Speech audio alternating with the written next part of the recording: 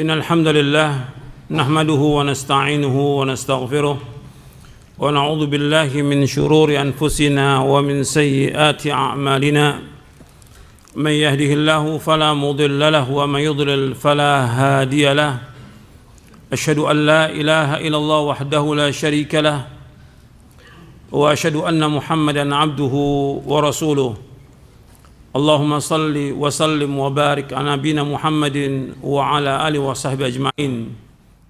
Ikhwan fiddin, azakumullah. Berkaitan dengan masalah orang yang muflis, yang bangkrut. Yang bangkrut di hari kiamat. Orang yang bangkrut di hari kiamat. An Abi Hurairah radhiyallahu an anna Rasulullah sallallahu alaihi wasallam qala Atadruna mal muflis? Qalu al muflisu fina man la dirham lahu wala mata'.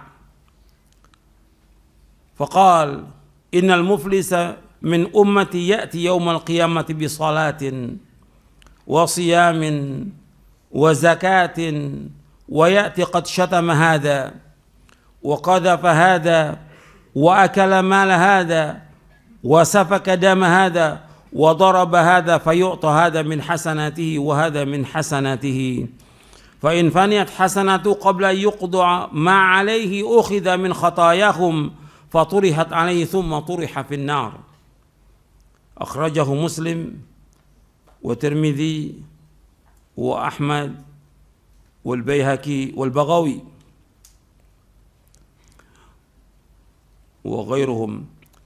Dari Abu Hurairah radhiyallahu anhu, bahwasanya Rasulullah SAW bersabda, tahukah kalian siapakah orang yang bangkrut, yang muflis, yang pailit, yang bangkrut?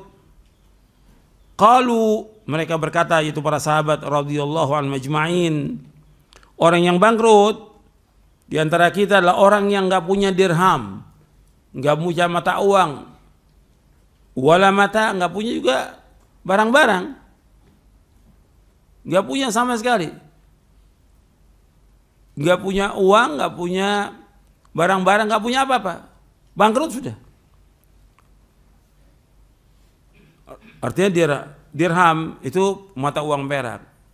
Kalau dirham nggak punya, apalagi dinar, mata uang emas, nggak punya sama sekali. Wala mata, nggak punya barang-barang sama sekali, nggak punya harta benda. Yang bilang dia tidak punya harta benda sama sekali udah. Ini pengertian orang yang muflis yang ada di kalangan umumnya manusia. Sahabat memahami demikian, yaitu orang bangkrut yang nggak punya apa-apa.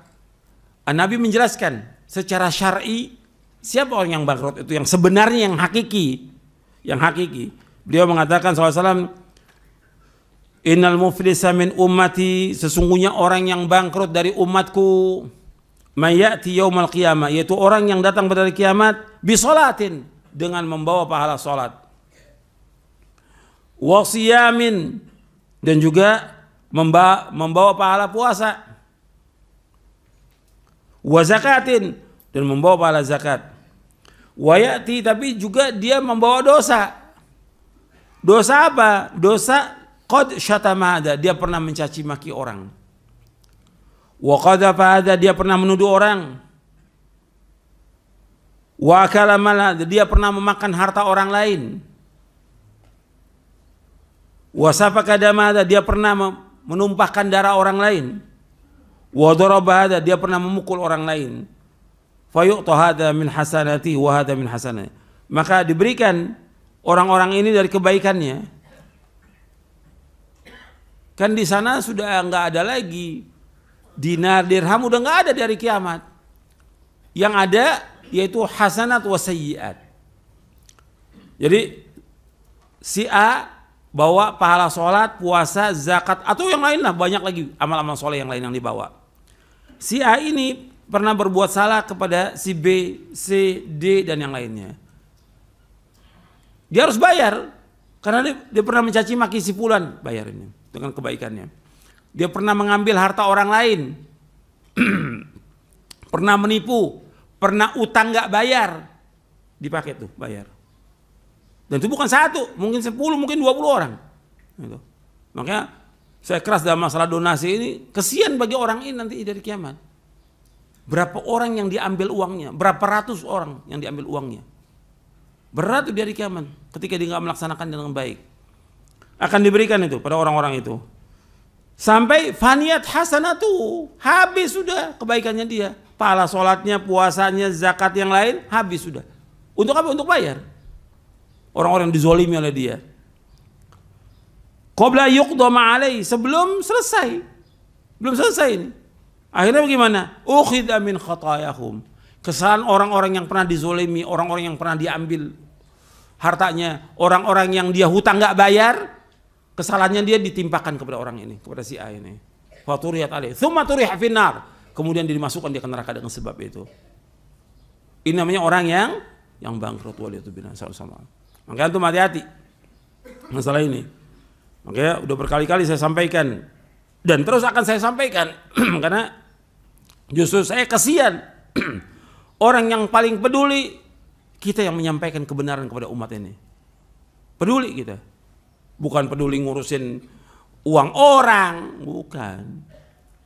Peduli itu menjelaskan kebenaran kepada umat, Al-Quran wa sunnah ala fahmi salaf, agar mereka faham tentang agama ini dan mereka tidak berbuat dosa dengan itu. Uang orang haram yang diambil oleh dia dan gak jalankan, dan banyak juga uang yang dipotong, yang dimakan oleh dia. Nabi udah bersabda, kullu jasadin nabata min suhtin fannaru, setiap jasa, setiap daging yang tumbuh dari yang haram, neraka yang dipatut. Antum utang sama orang, antum gak bayar, berat, akan dituntut di hari kiamat. Berapa orang yang antum utang itu? Uang orang juga, sumbangan itu antum gak laksanakan, berapa itu? Berapa ratus orang? Bukan masalah kecil, masalah besar. Nabi juga pernah, itu hadis yang tadi saya bacakan, kullu jasan nabata min suhtin fannaru aula bi, itu hadis yang sahih dari Imam Baihaqi dalam Syu'abul Iman dan juga Abu Nuaim dalam kitab Hilyatul Auliya. Nabi juga pernah bersabda kepada Ka'ab bin Ujrah, ya Ka'ab bin Ujrah, innahu la yadkhulul jannata lahmun nabata min suhtin, an-naru aula bihi. Wahai Ka'ab bin Ujrah, sesungguhnya tidak akan masuk surga daging yang tumbuh dari barang yang haram, neraka yang lebih patut bagi orang itu. Hadis ini hasan, diriwayatkan oleh Imam Ahmad dalam musnadnya. Dan banyak lagi yang lain. Kemudian ikhwan fillah azakumullah. Ini di sini disebutkan berkaitan dengan orang yang pernah mencaci maki orang, menuduh orang. Termasuk orang-orang yang dia menyakiti hati orang lain, memfitnah. Pernah ada di zaman Nabi SAW, saya bacakan hadisnya, yaitu orang yang dia menyakiti tetangga, yang dengan sebab itu dia masuk neraka. Ini orang yang bangkrut ini. An Abi Hurairah radhiyallahu anhu qala rajulun ya Rasulullah inna fulanata yudhkaru min kathrati salatiha wa siyamiha wa sadaqatiha ghaira anna tu'dhi jiranaha bilisaniha qala hiya fin nar. Qala ya Rasulullah fa inna fulana yudhkaru min qillati siyamiha wa sadaqatiha wa salatiha wa inna tasaddaqa bil athwari min al aqyat wa la tu'dhi jiranaha bilisaniha qala hiya fil jannah. Dari Abu Hurairah radhiyallahu an, ia berkata telah berkata seorang, wahai Rasulullah, si fulan disebutkan tentang dia banyak salatnya. Banyak salat yang sunnahnya, maksudnya yang wajib bisa 5 waktu, yang sunnahnya duha, kemudian juga qobliyah, ba'diyah, salat malamnya, puasanya juga banyak dia. Selain Ramadan, puasa sunnahnya banyak. Wa sadaqatiyah, juga banyak sedekah. Hanya saja dia sering mengganggu tetangganya dengan lisannya. Apakah dia mencaci maki, apakah dia memfitnah, apakah dia menuduh, atau dia ghibah. Apa kata Nabi SAW? Hiya finnar, dia tempatnya di neraka perempuan itu. Meskipun rajin sholat malamnya, rajin ngajinya, tetap di neraka kalau ganggu tetangga itu. Kemudian ya Rasulullah, ada si fulan, dia sedikit puasanya. Arti yang wajib Puasa sunat juga dia sedikit. Sedekahnya juga sedikit. Sholat sunatnya sedikit. Dia suka bersedekah dengan sepotong keju. Sepotong aja keju. Tapi yang penting di sini dia tidak mengganggu tetangganya. Tidak menyakiti tetangganya.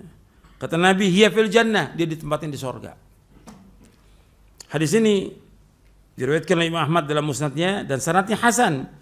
Diriwayatkan juga oleh Imam Bukhari dalam kitabnya Al-Adabul Mufrad. Diriwayatkan juga oleh Imam Bazzar dan dihasankan oleh Syekh Al-Albani dalam silsilah hadis as-sahihah.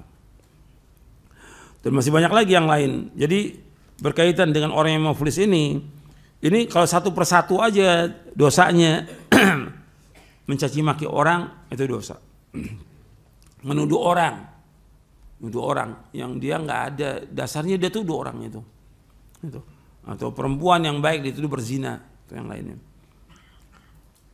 Yang ketiga makan harta. Ini makan harta bisa tadi dia kumpulkan donasi, dia makan oleh dia. Dan ini banyak. Makanya saya jelaskan seperti ini, banyak yang makan dari donasi.